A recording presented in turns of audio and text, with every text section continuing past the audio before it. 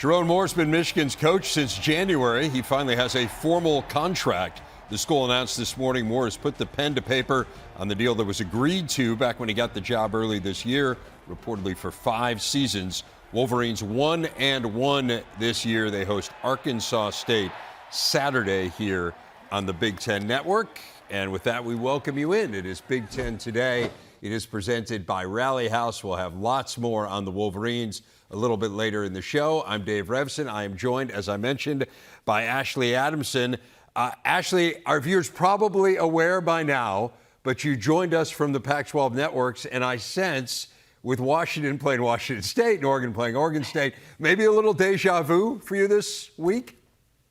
Yeah, it feels weird to be talking about these games as non-conference games and them being played in the month of September. But yeah, a little deja vu. And I'm excited to talk about these rivalry games in the Pacific Northwest. They're two of the best in college football, Dave. We are excited to talk about them as well. Let's dive in. It is our big story today, and we will start with the Beavers and the Ducks. Both are unbeaten 2 games in. Oregon, the narrow wins over Idaho and Boise State.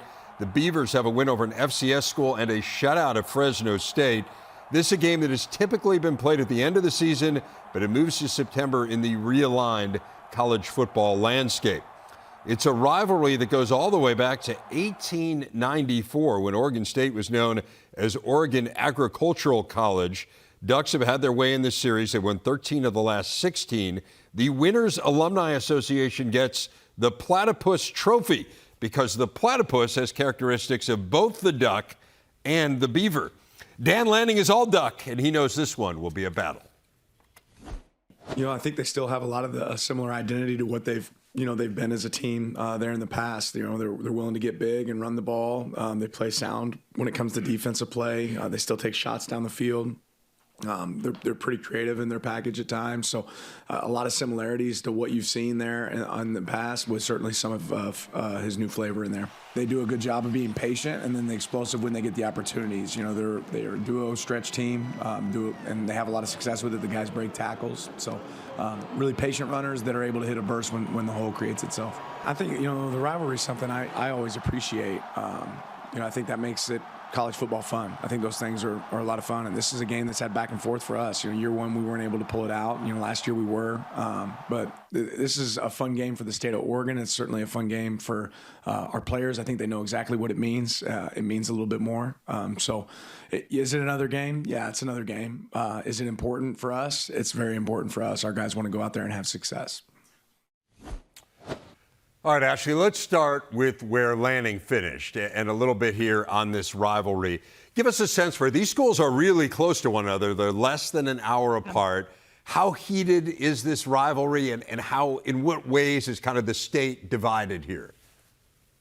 Yeah, they're 45 miles apart, Dave. It's 2 passionate fan bases. And in the state of Oregon, you are either a duck or you are a beaver. There's no in between. So this game on Saturday is going to be electric. Reser Stadium, for those of you who have never experienced a game at Reser Stadium, that place gets loud. The environment is incredible. So I know it's going to have a lot of juice, and I think it'll have some extra, maybe we should say vinegar on it this year, because Oregon State fans, they got a lot of feelings around the fact that they feel like they were left for dead by Oregon and the other Pac-12 schools. And I'm talking to some people who are close to that program yesterday, I think they feel like they're playing for something more than the vaunted Platypus Trophy that you mentioned. So if the Beavs win, it may go down as one of their bigger wins in program history, given the uncertain future for them after the Pac-12 fell apart. I know that this game is going to mean more. And I think the challenge for Oregon State is to not have it mean too much. And Trent Bray, their head coach, talked about that yesterday. But it's going to be a good one. I want to get into Trent Bray and his program. So to give people the backstory there, Jonathan Smith, as people probably know, was the head coach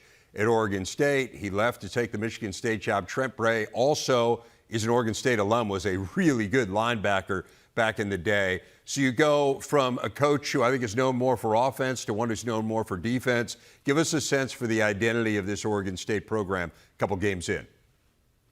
Yeah, the Beavs are good. And I'll say Trent Bray is using the same recipe that worked when Jonathan Smith was winning in Corvallis and when Mike Riley was winning in Corvallis. They run the ball and they play great defense. That's kind of the secret sauce. Jam Griffin and Anthony Hankerson are there running back duo, and they're both terrific. They lead the nation right now in time of possession. So granted, you mentioned it, they played Idaho State and San Diego State, so the Ducks present a much different test, but I'm really interested to see how Oregon comes out in this one. First road game of the year, rivalry matchup, and an opponent that is completely fired up for all the reasons we talked about. I think it's a fascinating game, too. And last time that they played in Corvallis, Oregon State beat Oregon. It was a huge win for them. It knocked the Ducks out of the Pac-12 championship game. So a significant win last time that they got together at Research Stadium. Let's talk about the timing here from Oregon's point of view, because it feels like it hasn't been smooth sailing here to this point for the Ducks. What do you think about coming up in a game of this magnitude when they still seem to be searching for their identity and for some continuity, particularly along that offensive line? Yeah, Dave, you're spot on. And to bring up the game 2 years ago in Corvallis, I mean, that is one that Oregon fans have not forgotten. That one stung for a long time because it did keep them out of the Pac-12 championship, and they blew a big fourth quarter lead. As far as Oregon right now, I mean, we talked last week, and I said, I'm not concerned yet. I'm still not sounding the alarms, even though the Boise State game didn't quite go how we thought it was going to go. They're a good team. They've got one of the best running backs in the country. I think their defense has been good. I think the secondary has been really good. But the obvious question that we're talking about is the offensive line. And Dylan Gabriel, he just has not looked comfortable at all yet. And it feels like the Ducks haven't been able to or willing to fully commit to the run like we're used to seeing. They're averaging, I think, less than 3 yards a carry. And to win in the Big Ten, you and I know that that's going to need to improve. But I'm sticking with my answer from last week. I'm still not concerned about the Ducks. They're 2-0. Yeah. They're ranked 9th in the country. They've got a chance to go beat their bitter rival on the road this weekend. So all is well. But Dave, I would say that the best part is that there's another big time rivalry game that we get to watch together this weekend. So should we move on to the Apple Cup? Let's do it. Yes. Let's talk Apple Cup. Let's do it. Yeah. And this one is a terrific rivalry as well. Washington and Washington State, they'll play for the Apple Cup trophy on Saturday, the 116th meeting between the two. And they played some memorable games, especially as of late. Huskies won on a last-second field goal by Grady Gross last year. And 2 years before that, or 3 years before that, the Cougs won 40-13 at Husky Stadium. That was Jaden DeLore, the Cougars QB, who was planting the flag on the field afterwards. It was a whole thing. A lot of people remember that. But a side note for you on that, Dave, right after that game in 2021, that was when Jake Dickert, who was the Cougs interim coach at the time, he was given the full-time job, and the AD who hired him gave him that contract, Pat Shunn, who will now be on the other side of that rivalry as the AD at Washington. So I know this is a very bizarre week for him and just kind of, a microcosm of where we're at in college athletics right now. There's a lot of turnover. Yeah, it has to be a really interesting week for Pat. I had a chance to visit with him when I was in Seattle this year. And of course, he is the person who ensured that this rivalry would continue. He was the AD at Washington State when they said, yes, we're going to play Washington. Little did he know he would end up as the athletic director on the other side of the rivalry for the very first meeting. We were talking about Oregon and Oregon State and the proximity of those two schools, as you said, less than an hour from one another. It's different with Washington and Washington State. I mean, these are on totally different sides of the state. It's 4.5 hours between these two schools. Give people a sense for the differences, aside from the geography, between kind of the mentality of Washington and Washington State and the feel for these campuses and where they're located. Yeah, I mean, I think that the biggest difference is you kind of do have to talk about the geography briefly, just because you're in the city of Seattle, and then you are in like the fields of all the garbanzo beans in Pullman and on the Palouse. They couldn't be more different geographically. And I think for Washington State, the whole Palouse shuts down on game day. It really is. Everything is about, people come from all over. They drive for hours and hours and hours for every home game. So they've got terrific support. What's interesting about this game is that it's being played at Lumen Field, which is, of course, where the Seahawks play. It was supposed to be in Pullman this year, but the Huskies needed another home game. So as Pat Shunn was negotiating that contract, they agreed to play at Lumen Field, and the Seahawks kind of stepped up and said, why don't you guys play here? And here's a strange random stat for you, Dave. This is the 4th straight road game that the Huskies will be playing in an NFL stadium. So they played at Allegiant Stadium for the Pac-12 championship, the Superdome for the Sugar Bowl, NRG Stadium, of course, for the Natty, and then they'll be playing the home of the Seahawks on Saturday. So shout out to Tony Castricone, the voice of the Huskies, who dropped that on the coaches show the other day. But yeah, I think it's going to be interesting. I'm interested in ticket sales. They haven't been where they've hoped. And talking to some people around both UW and Washington State, so. Part of that were ticket prices, but I will tell you that I went online this morning and there are a lot of good seats that are available for not that much. So if you are on the fence, Husky and Coug fans, go check out the prices online. This game deserves a good crowd. I hope they're going to get one. Okay, don't buy a ticket, though, because we need you here on Saturday. Bring us up to date. I am not going to go. I will be watching it with you. Bring us up to date a little bit here on Wazoo. They lost Cam Ward, obviously, in the transfer portal, and he's done great things so far at Miami, but they had a quarterback run for nearly 200 yards, and they annihilated Texas Tech. I mean, this is a challenging game here, Ashley. Yeah, no, you're exactly right. And this will be Steve Belichick's biggest test yet, obviously, as the Huskies defensive coordinator. And the Cougs have the one thing that causes every defensive coordinator to lose sleep. You just said it, a mobile quarterback. John Mateer is such a good story. He was kind of a runner last year. They put him in spot positions, but he is an actual quarterback now. He's the guy. Last week against Texas Tech, he rushed for almost 200 yards. And then he threw 5 touchdowns the week before that against Portland State. So the Huskies are going to have their hands full. And I think, again, it's the same thing of what I said about Oregon State. I think the Cougs feel like they have something to prove, and this win would feel a lot sweeter, maybe even than in other years. Should be a great one, a good challenge for that Washington defense, which has yet to allow a touchdown in its first 2 games. First time they've done that since 1991. All right, great stuff there on those rivalries. Lots more to come on our from the man we are about to talk to, along with some of his teammates and his head coach, Hunter Wohler, the star safety for the Wisconsin Badgers, is our big interview. And Hunter, we heard a little bit from you there. I want to ask you to elaborate a bit on this matchup with the Crimson Tide. All due respect to Western Michigan and South Dakota, who you played these first 2 weeks. This is a little bit of a different beast here with Alabama coming to town. This is a game that was agreed to 5 years ago, so you knew about it when you started at Wisconsin. How much have you thought about the build-up to this game and thought about being on the field against Alabama in this last handful of years? I mean, obviously, right when the matchup came out, I think I was still in high school and immediately circled it. Like, this was, one of the ones that I was most excited for. So it's, I'm glad it's finally here, and so we get to get those boys up in Madison, get them into camp, and get to have some fun. 2 games into the season, you guys have won both the games. How do you feel about where your defense is right now? I feel like we're in a great spot. I think this season, in particular, we've dealt with a little bit of adversity just throughout the games, whether it be turnovers, field position, coming out of half slow, stuff like that. So it's, I think we've handled all those really well, and I think we're in a great spot to keep moving forward and build off that and use that stuff as confidence rolling into this week.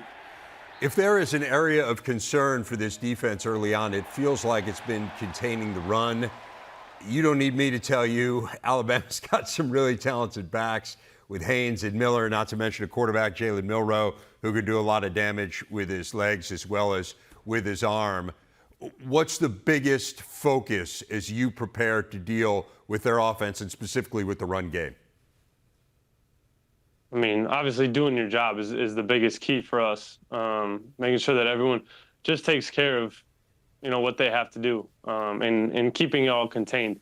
Obviously, with Milroe being able to move and run the way he can, obviously when he drops back in the pocket, he can make a lot of plays 4, 5, 6 seconds after the ball snapped, and then just contain those running backs. Very explosive guys, have the ability to make big plays out of anything. So kind of keeping that bottled up and making sure that nothing gets out and nothing pops loose for a big one.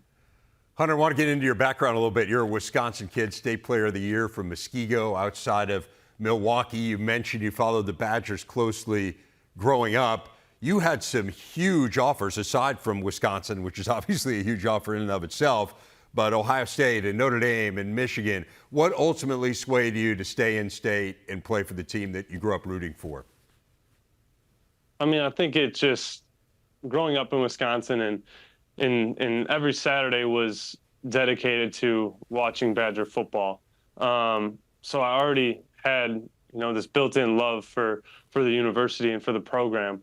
But then when I got up here on visits and came to see the campus and the coaching staff and the team and everything, I couldn't get away from how awesome it was, really. The team's great, the locker room's great. I haven't, obviously haven't been anywhere else, but talking to some of the transfers and the guys that have come in and from other programs, like there's not many locker rooms like the one that we've built here in Madison. So I think that's what, makes this place so special. And that was one of the, really big reasons why I wanted to come here.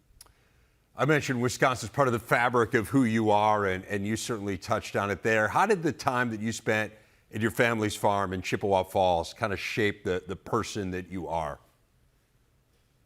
We spent a decent amount of time up there growing up, and just the type of people in my family that live up there are extremely hardworking, very, very faithful people.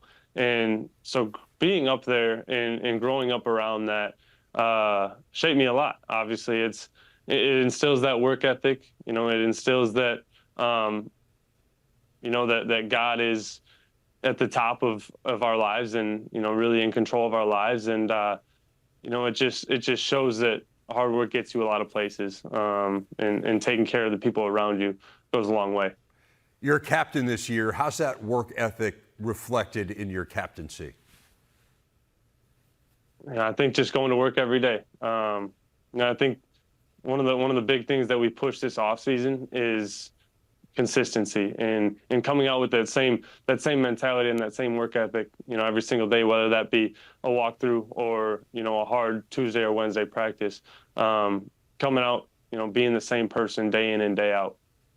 Yeah, it's interesting. You very publicly expressed some dissatisfaction with the state of the Badgers last year. You guys had lost 3 in a row. It was in the aftermath of one of those games. You said, among other things, the team was soft. How was that received internally? I mean, I honestly don't know exactly how it was received with some of the guys. I'm sure there was a little bit of talk that I didn't hear. But the response from what I saw was outstanding. I mean, being able to finish the season with 2 trophy games against 2 teams that we have long history with, and being able to win both of those, I think that shows you, how the guys took it and the response that, we had to a rough couple games for us and the fight that we were able to close the season out with. Yeah, you bring that up. You're 4-1 since then. So what are the biggest things that you think have changed with this program from where you were at that point last year to where you are right now? I think just playing with confidence, and we obviously know what it is that we have to be doing once we step on the field, and then it's just going out and doing it and not thinking so much and really just enjoying the moment that we're in. I think that's kind of what has gotten us to where we are right now and through the start of this season, is really just enjoying it and coming together and playing as one and as a team. You never want to overstate the importance of one game, but there has been a ton of buildup, as we've already discussed, to this game against the Crimson Tide. How much have you thought about what this game could do as a launching pad for the rest of your season? Yeah, I mean, obviously, you always have people talk about how, treat it like it's just another game, and we're going to go into it and prepare in that way. But the fact of the matter is, you don't get a top 5 team coming into your home stadium every single week. And so a team with as much history as Alabama coming up to Madison, it's a great opportunity. And one of the reasons why myself and a lot of the guys came to Wisconsin is to play in games like this. So it's an unbelievable opportunity. And once Saturday comes, we'll be ready for it. Well, Hunter, can't wait to watch you guys go up against the Crimson Tide at Camp Randall on Saturday. Thanks for spending some time with us. Really enjoyed it. Of course. Thank you very much. Talk about the opponent in a minute here, Coach, but let's focus on your team first, coming off a thorough domination of Indiana State in your opener and then had a bye week. How do you feel about the timing of the bye leading into this big game against the Irish? When the schedule first came out, I was like, dang, it's going to be awkward playing a game, all the hype and build up going into the season and having to rest for a week. But we had a couple of guys that got dinged up during fall camp that'll be back. And so the bye week was actually much needed. We're able to really hone in on some technique and fundamentals to clean up from that first week. And like I said, get guys back healthy. So we're ready to go on Saturday.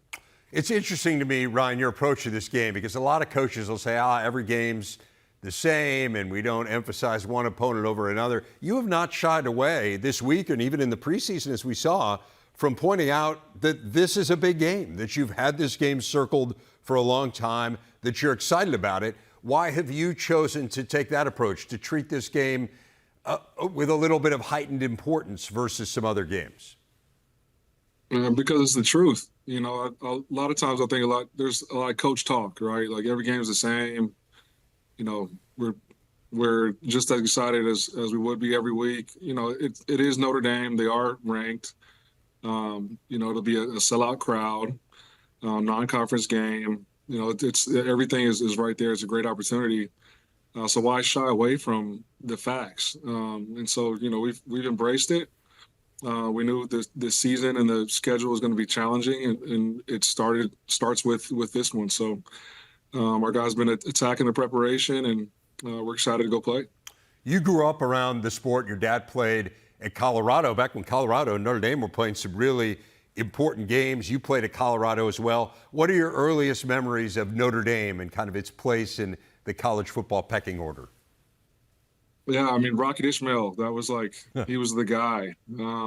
He would make game-changing plays, had a heck of a career at Notre Dame, and those are my first memories. How have you conveyed the importance of this game to your players? We talked about obviously we know what everybody has ranked us in terms of where we stack in the Big Ten. And so the whole offseason just been about earning respect and proving what we believe to be true. And so this is just an opportunity for us to go out there and do so. You mentioned where everyone had you stacking up in the Big Ten. There was an unofficial preseason media poll, which I'm sure you are well aware of, which picked Purdue 18th out of 18. To what extent did you use that as motivation for your guys?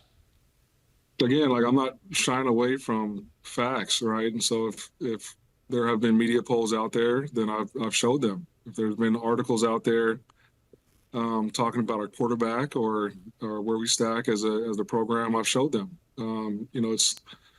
I'd be naive to think that they didn't hear it from friends, family, people on campus, or themselves, right? Like everybody's got a cell phone, everybody's got access to social media. So I thought it'd be best to just address it and talk about the elephant in the room heading into fall camp. The vibe has to be incredible with Notre Dame coming to town. Give me a sense of kind of the feel on campus as you build up to Saturday. Yeah, I haven't really been on campus, right? We've been locked away. You're cloistered away, right? But the vibe in our building is a calm, confident one, and I'm excited to see what that translates to and what that looks like on Saturday. How about the timing from their point of view? We were talking about the timing from your point of view, but I mean, they are coming off of a devastating loss. They were the biggest story in college football on Saturday for all of the wrong reasons. What do you expect from Notre Dame coming into this game, given how this season has gone for them 2 games in? Yeah, I expect them to be angry. I expect them to be motivated to go play their best game, and not overlook us or take the game lightly. I know Coach Freeman's going to have those guys fired up, and offensively, defensively, special teams, they'll be ready to execute, and we're going to get their best shot. That's what I fully expect. You were talking a moment ago about you knew what people had said about your quarterback. They were saying really good things about your quarterback coming out of that Indiana State game, because statistically, Hudson Card had one of the best games in the history of college football. I mean, 1 incompletion in that game. There was a lot of hype about him when he transferred last year from Texas. I know when we were there in the preseason last year, he had a phenomenal practice, and we certainly talked him up quite a bit. It was an uneven year for Hudson. I think there were some moments where we really saw how good he could be. He had the injury problems. But what did it mean to see him get off to such a strong start? I was just happy for him. Wasn't surprised. Like you said, we see him in practice all the time. And last year was last year. His first year in the system. It's different guys in and out of the lineup up front. It's different wideouts that were or were not making plays for him. And so now he's year two. He's matured as a leader. He understands where to go with the football. And how to get us in and out of good plays. And the talent just sort of takes over. And, I was teasing with him the other day. I was like, hey, how's it feel to be the most accurate man in college football? Well, he's got a challenge here against Notre Dame. I mean, again, they're 1-1, and I get all that. But, man, their pass defense coach has been fabulous statistically here. So what is the challenge that the Irish present for Hudson? Yeah, like you said, they've got some experience, especially in the back end. They do a good job of mixing up coverages and trying to take away what you like to do. And so, we'll have to win some one-on-one matchups, and we'll have to protect him up front. And he's just got to go out there and be Hudson Card and be confident and be decisive about where he's going with the football and trusting his guys to go make plays for him. How about your defense? Last year I know it wasn't quite where you wanted it to be in your first year. I know to a certain extent maybe it's hard to gauge, with all due respect to Indiana State. I mean, it's just a different level of football than the teams you're going to play the rest of the way. But what did you learn about that side of the ball in week one? Just that we know the scheme. We know how to fit different run schemes. We know how to communicate and how to adjust in game. And we play tough and physical. That's what I've seen from this group since spring ball. There's been a lot of growth and a lot of carryover from guys that were here a year ago. And the guys that we've added have really embraced their roles on the team and have had fun, with what we're doing defensively. One of the things I've talked a lot with coaches and ADs about, particularly in this new era with the 12-team playoff, and trying to get the schedule right, and the non-conference schedule in particular. You guys have this game against Notre Dame. You obviously open with Indiana State. Then you go on the road to Oregon State, which I realize is kind of in this nether world. But for all intents and purposes, that's a power conference opponent. Purdue has never shied away from playing big-time opponents in the non-conference. What do you feel like, as Purdue's coach, is the right balancing act between getting your team ready for the season, having games that would be of interest to the fans, but also building some confidence and, frankly, building up your record? Yeah, I've had plenty of discussions about this. And, some of the games are already slated and have been implemented years ago. But I do think, if you look at, like you said, the 12-team playoff and the best way to help your path to get there, like the strength of the schedule doesn't really matter anymore. In the Big Ten, we play 9 conference games. That's more than, our counterparts in the SEC. So I think you got to take that into consideration as well. And so I think in a perfect world, you have an FCS type school, you have like 2 mid-majors, you know what I'm saying, and then get into conference play. So would you not want to continue playing Notre Dame going forward, or is that game different? I enjoy it because it's an in-state, it's a rival, and there's a storied program. But if you're asking what is the best model for a school in the Big Ten to give us the best chance to make a playoff, I think the model I previously stated is the way to go. All right, interesting. I'll leave you with this, Coach. Final thought. What could this game mean to your program on Saturday? It's a opportunity, like I said, to sort of prove yourself, and it's just another opportunity to compete and get better before we get to Big Ten play. So I'm excited to see where we stack up. I know our guys are ready to go compete, and we'll see where it's at after the ball is tipped off. Ryan, can't wait to watch this game on Saturday. Should be an unbelievable atmosphere at Ross-Ade. Have fun, good luck, and thanks a lot for taking the time to talk to us. Appreciate you, Wohler. The Rose Bowl has a lot of tradition. People that follow football.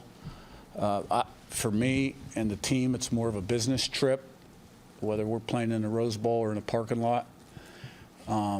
It's all the same. Our preparation has to be excellent. It's going to be a little longer trip out there, bus to Indianapolis, fly out there into LA, about an hour to the hotel.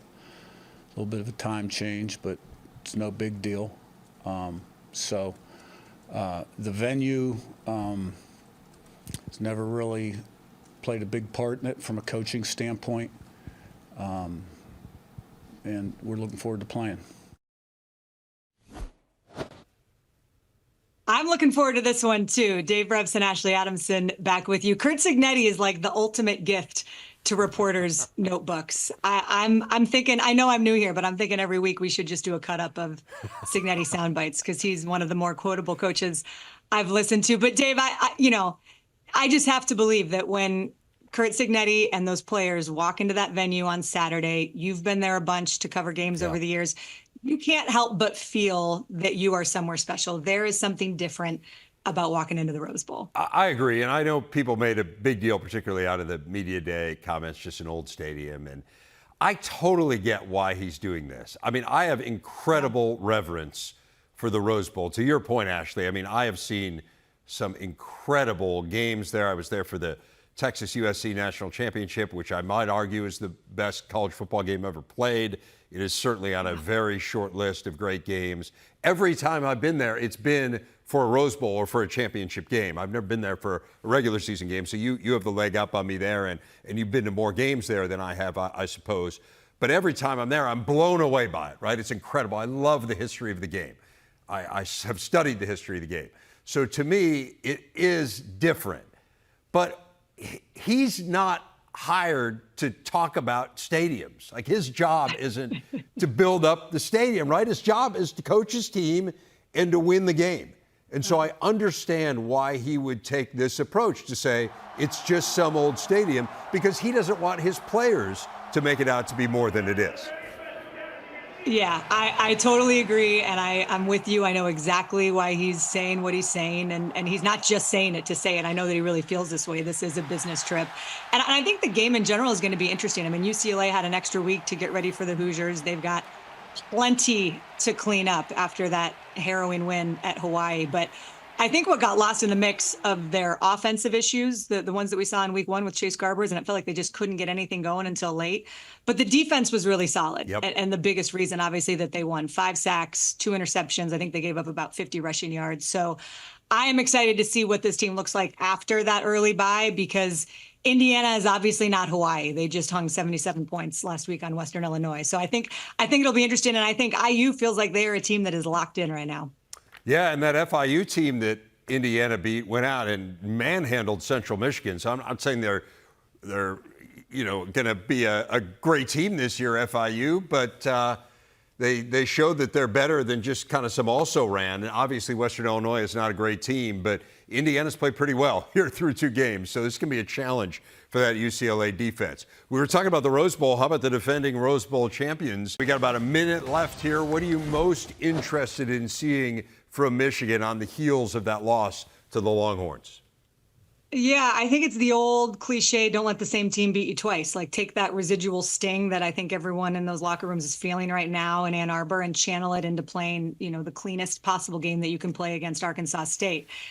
Sharon Moore yesterday in his press conference, and congrats to him on the contract extension. But the thing that he is harping on, Dave, that came up more than once is the run game and the importance of establishing the run game, which they haven't really been able to do in the first 2 halves of both of their games. So I'm looking forward to seeing them come out. I know that they'll have a little extra spice this week.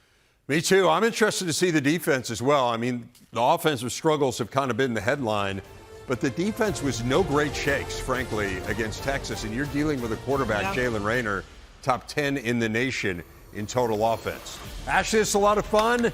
We will see you tomorrow for Big Ten Today. Rick Pizzo, Jake Butt, join me then.